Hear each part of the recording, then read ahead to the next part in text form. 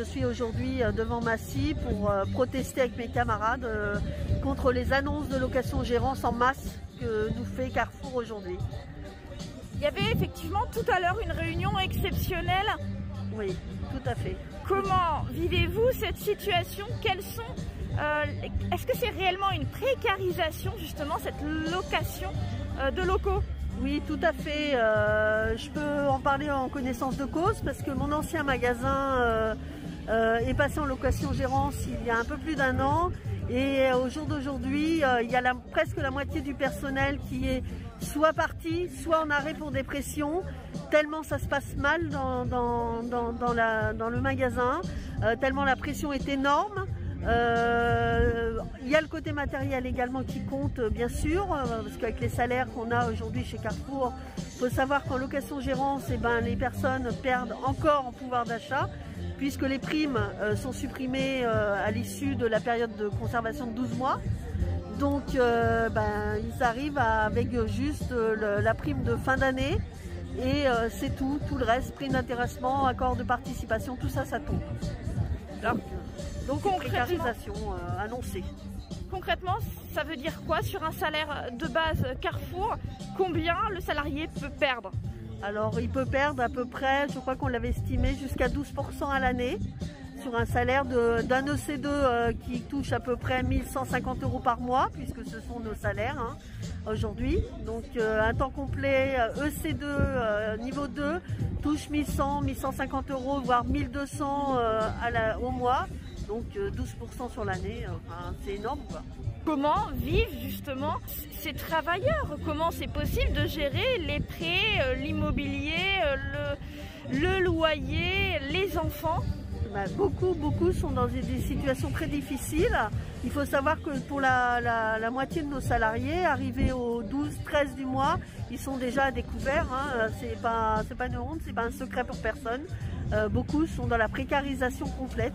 Et là, je parle de salariés à temps complet, je ne vous parle même pas de toutes, notamment les hôtesses de caisse qui sont souvent à temps partiel, imposées, puisqu'on ne leur laisse pas le choix. Donc des femmes, des fois isolées avec enfants, c'est une grosse population. Il y a même une étude, je crois avoir entendu parler il n'y a pas très longtemps, une étude qui était commencée à être faite sur cette population de femmes isolées qui seraient plus facilement recrutées que d'autres, puisque plus facilement manipulables et plus facilement exploitables. Donc on irait chercher des femmes isolées avec enfants pour les utiliser et pour les avoir en polyvalence et pouvoir s'en servir sans problème. C'est plus facile aujourd'hui de mettre la pression sur une maman célibataire?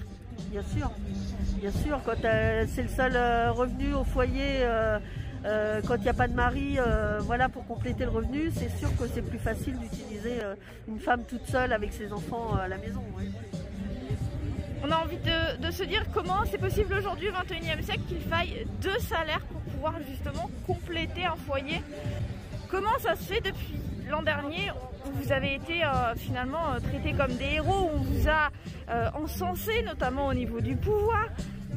Est-ce qu'il y a eu réellement une prime Covid? Comment ça se passe? Alors oui, on a été traités entre guillemets comme des héros pendant une petite période, on va dire. Maintenant, j'ai coutume de dire, parce que je trouve ça l'expression plutôt parlante, qu'on est maintenant redevenu des zéros et non plus des héros. Donc il n'y a pas de souci là-dessus.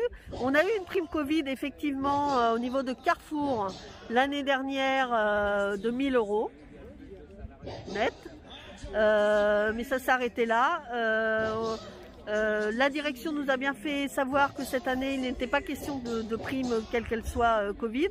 Ils estimaient qu'avec notre petite prime d'intéressement et de participation qui est le fruit de notre travail, et dont la plus grosse partie est reversée aux actionnaires, et c'est bien le fruit de notre travail, donc la prime d'intéressement et de participation, on était assez payé, on avait assez d'intéressement, on avait assez de primes comme ça. Donc voilà, donc pas de prime Covid cette année, alors que tout le monde est bien conscient que la crise sanitaire est loin d'être terminée, hélas, et qu'on la subit encore et qu'on est exposé tous les jours dans nos magasins. Aujourd'hui, cette mobilisation, elle était pour mettre en lumière comment se passe cette location-gérance. Quels sont les exemples types de pression que vivent ces salariés en location-gérance dans des magasins? Alors, les pressions, c'est surtout des... Alors, ça commence par des changements d'horaire. Certains salariés pouvaient avoir des horaires plus ou moins, entre guillemets, aménagés suivant leur situation familiale, des accords qui étaient plus ou moins faits dans les magasins intégrés. Avec les repreneurs, les locataires gérants, ils ne veulent pas entendre parler de ces arrangements. Donc les pressions commencent par les changements d'horaire. Ensuite, les conditions de travail qui se dégradent puisque les gens deviennent malléables. Et moi, dans mon ancien magasin, j'ai eu l'exemple, une salariée m'a appelé il y a 3 semaines pour me dire qu'elle faisait un abandon de poste. Elle était à bout. Elle m'a dit la cocotte a explosé parce qu'on lui faisait faire 4 postes à la fois. Elle faisait le fromage, elle faisait la charcuterie, elle allait servir aux poissons et elle allait remballer en rayon quand il fallait. Donc elle m'a dit je n'en peux plus, je suis à bout, je suis épuisée, je m'en vais. Et cette femme est seule avec 3 enfants aussi. Mais elle a quitté le travail parce qu'elle n'en pouvait plus. Elle était à bout. Il y a une tactique pour pousser à bout les salariés aujourd'hui? Alors ça dépend Alors vous parlez de quoi? De locataires gérants ou dans l'enceinte même des carrefours? Alors spécifiquement il y a la location gérance mais pas que. Ouais, pas que dans parce les que... intégrés. Alors on va dire que les manières sont les méthodes sont un peu différentes. Dans les intégrés, on va dire qu'il y a un peu plus de retenue souvent. Parce que les syndicats sont plus présents, et notamment le nôtre, est plus présent, la CGT est là pour faire un garde-fou à ces pratiques de patrons voyous, on va dire, qui se permettent des choses et de l'exploitation des gens. La CGT est là pour servir de garde-fou et de garde-barrière, mais ça arrive aussi qu'il y a certaines pratiques qui se font. Mais chez les locataires gérants, chez les franchisés, ouais, forcément c'est beaucoup plus difficile pour les gens. Alors déjà pour aujourd'hui, moi comme tous mes camarades, on est un peu sous le choc. On savait qu'il allait y avoir une annonce, bien évidemment, c'est pour ça qu'on était là. On savait qu'il y avait beaucoup de magasins qui seraient concernés, mais malgré tout, le choc est là. On est dégoûté, moi je suis dégoûtée, écœurée vraiment profondément. J'ai plusieurs de mes camarades qui sont élus avec moi au CSE, avec qui on a fait maintes et maintes batailles, avec qui je travaille depuis plusieurs mois, qui vont aujourd'hui peut-être partir, peut-être rester dans leur magasin en location gérance et avec qui, ça va être différent. Là, l'écœurement est vraiment là et puis, pas vous dire d'autre, je ne sais pas. Je sais pas quoi vous dire parce que franchement j'ai même plus de mots quoi. J'ai vraiment plus de mots.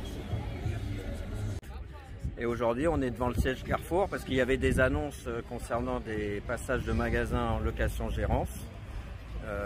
Annonces qui ont été repoussées, qui devaient avoir lieu le 5 mars et qui ont été repoussées à aujourd'hui. Donc là on était là pour manifester contre ces passages en location gérance et aussi sur les salaires, pour des augmentations de salaire et les conditions de travail des salariés.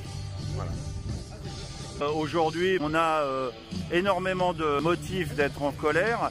On était aujourd'hui ici principalement parce qu'il y avait une annonce de passage de magasins en location gérance, hypermarché et supermarché. Mais bien évidemment, on a toujours en parallèle nos revendications sur les rémunérations, les conditions de travail, le sous-effectif dans les magasins, nos conditions de travail qui se dégradent. Et on est encore plus en colère que d'habitude parce qu'aujourd'hui on a un groupe qui a réussi à avoir des résultats économiques qui sont selon notre PDG ceux qui sont les mieux depuis 20 ans. Et on attendait une augmentation de salaire historique et on a encore moins que les années précédentes. Le passage en location gérance et cet changement de gestion économique, elle n'a intérêt que pour l'entreprise, mais les salariés n'y ont aucun intérêt. Ils perdent, ils appartenaient à une entreprise qui était parmi les 5 plus grandes entreprises mondiales de distribution de produits alimentaires. Ils vont se retrouver dans des petites PME d'une 50aine de salariés. Donc vous imaginez qu'au niveau des primes d'intéressement, au niveau des participations et de tout ce genre d'avantages que l'on peut avoir dans les grands groupes, tout ça, ça va être perdu. Et les salariés vont perdre en moyenne à peu près 30% de leur rémunération à ce niveau-là. Alors au-delà de la rémunération, quelles sont les conditions notamment de représentation syndicale de ces salariés? Alors là, effectivement, c'est aussi un autre problème, c'est qu'on a beaucoup plus de difficultés à s'organiser syndicalement dans une petite PME de 50 salariés que lorsque on est dans une structure qui compte 6000 ou 6500 salariés, comme par exemple la direction opérationnelle Île-de-France, où on a des représentants syndicaux qui sont sur plusieurs établissements à la fois. Là, c'est toutes les difficultés que rencontrent les militants syndicaux qui se trouvent dans des petites entreprises, des TPE ou des PME. Quelle est l'option d'évolution que vous souhaitez pour l'entreprise?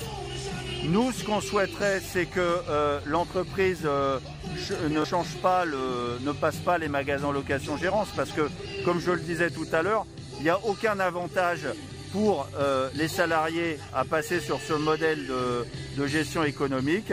Donc nous, on demande l'arrêt immédiat des passages des magasins location-gérance, d'autant plus que nos magasins actuellement ne sont pas en difficulté. Beaucoup de magasins gagnent de l'argent et les revendications annexes sont des embauches dans nos magasins, parce qu'actuellement on est des magasins qui sont en sous-effectif, où les salariés sont fatigués, il faut embaucher, il faut augmenter les salaires. Aujourd'hui, il faut savoir qu'on est quasiment tous au niveau du SMIC, et il faut savoir qu'en Île-de-France, vivre avec 1200 €, c'est très compliqué, avec des loyers très importants. Donc il faut augmenter les salaires, il faut embaucher, il faut arrêter de dégrader les conditions de travail et arrêter la location-gérance. Et arrêter tous ces projets qui germent actuellement de réorganisation de nos magasins, comme le projet TOP. Donc je pourrais vous dire quelques mots, en fait, qui sont des magasins qui visent à accroître de manière significative la productivité et la rentabilité des magasins.